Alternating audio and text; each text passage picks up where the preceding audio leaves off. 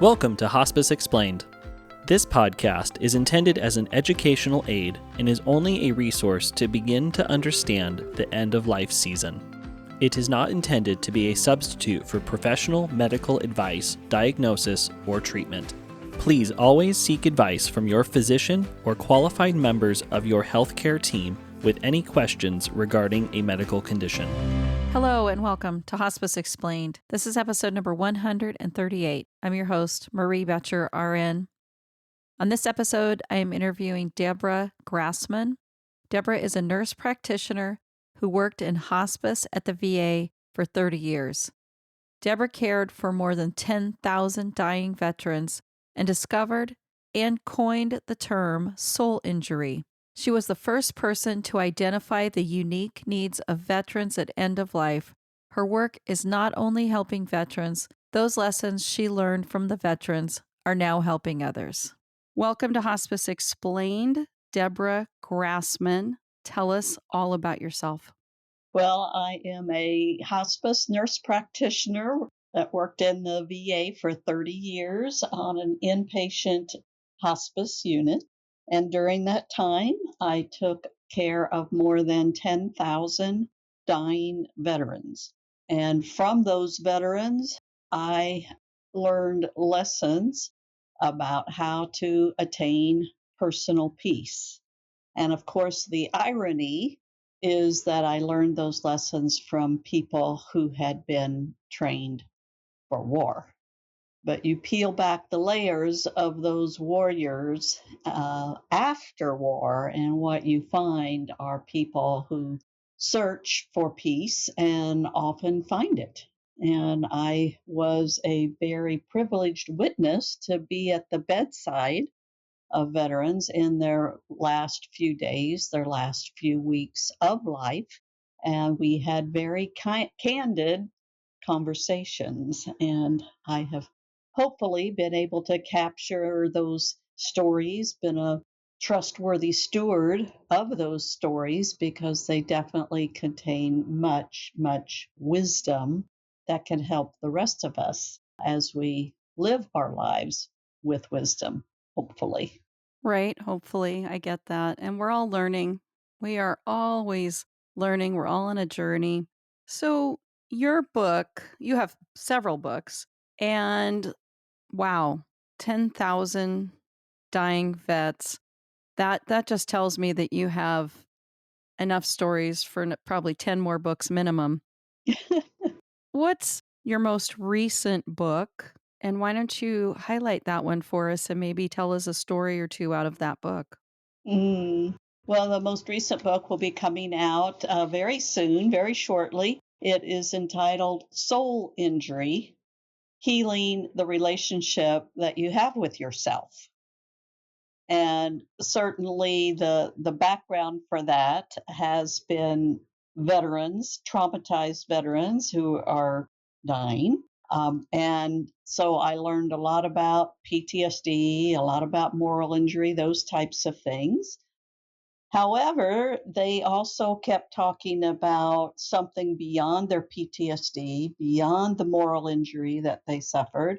They said that they often experienced becoming separated from their own sense of self. And sometimes some of them called that a soul injury, soul, S-O-U-L, soul injury. And I heard it enough times that I started kind of, using that term with veterans and man, they'd go, yeah. And then they'd tell me about how times in their lives when they felt lost or kind of missing in action, kind of MIA in their own life.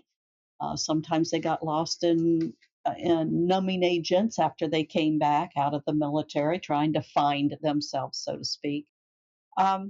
But at any rate, as I kept looking at the underlying patterns, I definitely saw that this concept that they were talking about of soul injury is not just about veterans. It's not just about military. It's not just about dying people. It applies to any of us, and probably most of us, in fact, acquire a soul injury, a time when we get separated from our own sense of self. And so that's really what this third book is about how, we all already have everything we need in order to be whole. However, we get separated from that wholeness, from that completeness. And oftentimes we become scattered, so to speak, scattered pieces of self. And so, the journey you mentioned, the journey is being able to gather those scattered pieces of self, to re-own them, and not only re-own them by acknowledging them, but actually creating a safe place inside ourselves so that those scattered pieces of self can be rehomed. Now, a lot of times, as you well know, or anybody that works in hospice may well know, is that often sort of happens naturally at the end of life, because at the end of life, the veneer comes down, the stoic wall comes down, and sometimes I always called it the unvarnished truth would surface. And oftentimes perspectives shift dramatically. Suddenly you can sort of, when you're given a terminal diagnosis, you see things very differently. You don't take your life for granted, and suddenly things that you thought were so important don't seem so important, and other things that you really weren't paying attention to now seem urgently important to complete. So everything changes when you come to hospice. And as I said, things become very real. We're stripped of our arrogance. We have emerging humility that maybe we didn't have before. And that's the benefit that death brings us. In some ways, I always say it's a gift. And because the gift is, it wakes us up to how our life really matters, and how we matter. Now, I don't say that lightly. I don't want anybody to think that I'm trying to romanticize death, because I can tell you that death is ugly and death is difficult. But just because something is not easy, just because something isn't pretty, doesn't mean that it doesn't have something to teach us. And in fact, there's things you can learn from the dying that you can learn no other way. So you mentioned this book that's getting ready to come out. The opening sentence of the very first chapter is this. My opening sentence is, everything I've learned that has really mattered, I learned from the dying. Wow. And yeah, I mean, and that's certainly true. There's just a perspective that you gain that you can gain no other place, in no other way.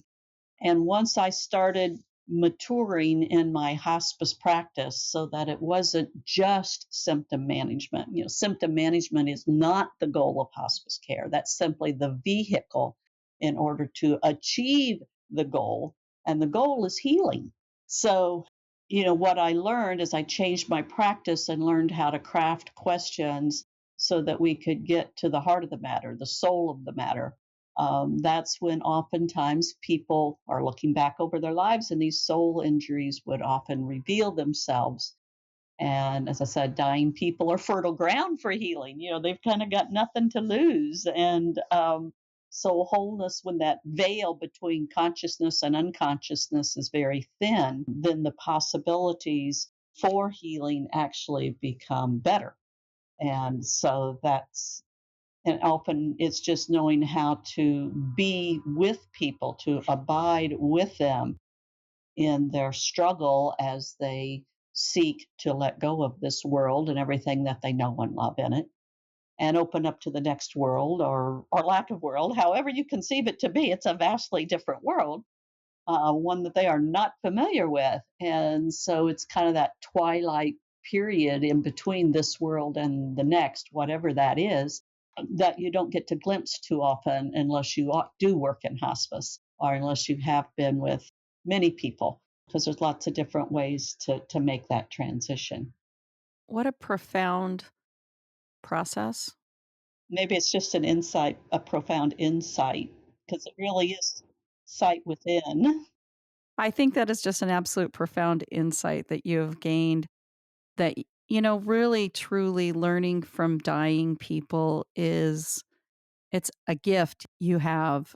And I'm just wondering if you could give us a few questions because, people may have loved ones dying soon. Is there a few questions, somebody listening, the audience may be able to ask their loved one that you could help guide them, even just a little bit of healing for their loved one? Sure. Well, a question that I asked all of my patients was this. I would say, pretend like you died today. What would be left unsaid or undone? Perfect. Perfect. And I would contend that that's an important question for every single one of us to ask ourselves. I ask myself that question every night as I'm getting ready for bed, as I'm going to sleep. Pretend like I died today. What would be left unsaid or undone? See, so that's what helps patients to die healed. And that's what helps the rest of us to live healed when we can honestly, courageously, and humbly answer that question. And then the other thing I always talk about with patients is kind of a formula, a recipe, so to speak, for how to die healed. And it's kind of based on an old Hawaiian tradition. And that's 4 statements. And it's this: forgive me, I forgive you, thank you, and I love you. Then I add 3 more steps, and that is to be able to say goodbye. And then the next thing is to let go. I'm sorry, to open up. And the next one is to let go. So the conversation that I would have with patients would go something like this. All of us have hurt each other. It's just part of the human condition. And now is a time in your life when you may want to look back on your life and think about those people that you have hurt and consider asking for forgiveness. And likewise, there are people who have hurt you. There are things that you may be still holding on to that you want to consider letting go of and extending forgiveness to them. And there are people, think about, that may benefit from an expression of your love, that may benefit from an expression of your gratitude, thanking them for the specific things that they have done to help you. And then once you've done those 4 things, the next step is probably the hardest because it's the most painful, and that's to be able to say goodbye.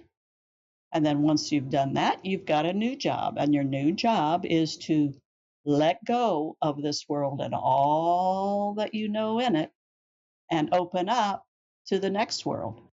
However you conceive it to be, it's going to be a very different world. Beautiful. So, we don't usually give a prescription, so to speak, for how to die, do we? And we certainly don't study that in school. We don't see it on TV and advertisements and what have you. So it's no wonder that none of us really know how to do that. And certainly our society is blatantly afraid of emotional pain. And of course, dying and facing the end of our lives here and all the losses of relationship, the losses of everything. I mean, there's a lot of emotional pain. And so to learn from the dying, the first step that I had to do is I had to stop being so afraid of emotional pain. And really, that's the key. That's the key, both to die healed and also to live healed, and certainly to work in hospice. To be able to bear witness requires that we not bring fear to the bedside. Otherwise, we'll just always be trying to placate. We'll be staying on the superficial level instead of being able to allow those soul injuries to surface, because that's what really brings peace. The goal of hospice is for people to die with peace. There is nothing worse than a death that is fraught with lack of peace, with agitation. So to do that, I mean, there's a real opportunity at the end of life to heal the relationship that you have with yourself. People are very motivated at the end of life to do that, maybe in ways those defense mechanisms that we had earlier to not do it start fading away. So, you really don't want to, you only get to die once. You really don't want to miss that opportunity. I mean, it's an opportunity that you can gain no other way than to open up to it and have a conscious death as opposed to a numbed out unconscious death. So well said. Yes, absolutely. So well said. Conscious death. And really, I love that. I love your formula. It's simple. It's to the point. Those dying patients don't always have long periods of time to talk. Thank you for listening to Hospice Explained. On next week's episode, I will continue my conversation with Deborah. And Deborah, how can my audience reach out to you or buy your books? Well, the easiest way is really just to go on our website, opuspeace.org, opuspeace.org, or soulinjury.org. Either way will get you to our website. There is a contact us button that you can give us your information. We do free monthly webinars, so you can register for those so that you can participate in those if you would like. There is a order form for the book. We'd love for people to go ahead and order it now, to pre-order it. I will autograph it and get it out to you as soon as it's released. It is with the printer as we speak. So that's the best way to do that. And of course, another thing, I do a lot of public speaking, and so I always arrive with a bunch of books too, so that people can buy them right on the spot. But if anybody is interested in some type of conference or something and speaking at that, I'm always eager to do that because it spreads the message to a very fertile audience. They're always very excited to hear this message because it not only changes their own lives, but it becomes a tool that they can use in their patients' lives too, as to help their professional practice as well. It really is a game changer. And frankly, Marie, you said it. I mean, I'm not saying anything new. It's all stuff that's been well known for centuries. The difference is it's just in very plain, practical language. It's been applied in a very simple, straightforward way. We've had it researched, this concept of the soul injury and the tools. We have a soul injury inventory. Go online. You can go on our website. There's an inventory right there that you can kind of do a self-assessment with to learn more about it. And we would love to have you email us and let us know your thoughts and your experiences. Our goal really with audiences is not just to give them education for their head, although that's important, and not just touch them with our stories for their heart, but to truly give people a meaningful experience of themselves. And that's a little bit of a different approach, but that is our goal, is to give people an experience of themselves. We also do a 4-day institute, Soul Injury Leadership Institute, where we train people to go out and deliver the message. And at the end of the 4 days, they actually get a jump drive with 16 different PowerPoint presentations they can plug and play, along with a facilitator's guide to use. So it makes giving in services extremely easily at their company or within their own business or counseling service. Thank you for joining me on Hospice Explained. Think about ways you can make a difference in someone's life. Also, please subscribe and share this podcast with anyone who would benefit from listening. Thank you.